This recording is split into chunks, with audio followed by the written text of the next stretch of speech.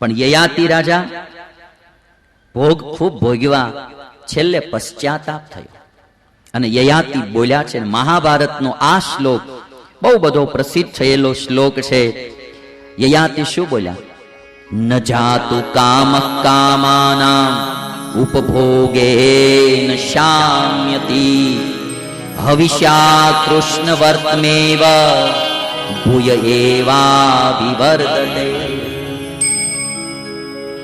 યયાતિ રાજા કહે છે કે કામ ભોગ કરવાથી ક્યારેય ઘટતો નથી, એને છોડવાથી જ ઘટે.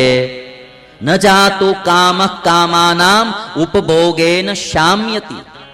મેં મારા દીકરાની જુવાની લઈને કામ વાસનાનો ભોગ કર્યો, પણ તોય તૃપ્તિ થઈ.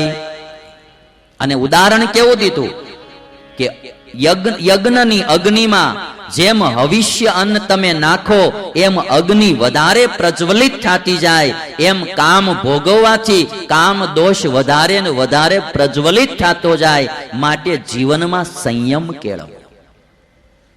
ન જાતુ કામ કામાનામ ઉપભોગેન શામ્યતિ હવિષ્યા કૃષ્ણ વર્તમેવ ભૂયો એવાભિવર્ધતે. અને પછી વ્યાસ પ્રભુ લખે, યા દુસ્ત્યજા દુર્મતિભિઃ યા ન જીર્યતિ જીર્યતઃ યોસો પ્રાણાંતિકો રોગઃ તામ તૃષ્ણામ ત્યજત સુખમ.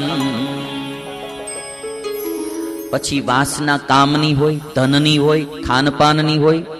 યયાતિ બોલે કે વાસના છે ને એ દુર્મતિ દુર્બુદ્ધિ લોકોને છોડવી બહુ કઠણ છે. યા દુસ્ત્યજા દુર્મતિભિઃ. સુબુદ્ધિને છોડવી હેલી છે, દુર્બુદ્ધિને વાસના રાગ છોડવો, આસક્તિ છોડવી એ કઠણ છે. અને વાસના કેવી? યાન જીર્યતિ જીર્યતા. માણસ વૃદ્ધ થઈ જાય છે પણ એની વાસના વૃદ્ધ થતી નથી. કોઈ ગાય છે, આ મારી તૃષ્ણા મરે નહીં, એનું મારે શું કરું?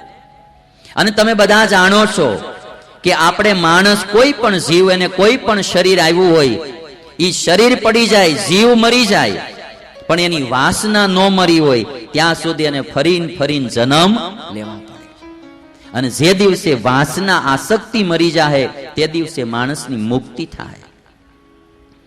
યયાતિ કહે છે કે આ વાસના છે ને, આસક્તિ રાગ, એ પ્રાણાંતિક રોગ છે. મરે ને ત્યાં સુધી આ રોગ મટનારો નથી. તામ તૃષ્ણામ ત્યજત સુખમ. એ તૃષ્ણાનો જે ત્યાગ કરે એને જ સુખ મળે.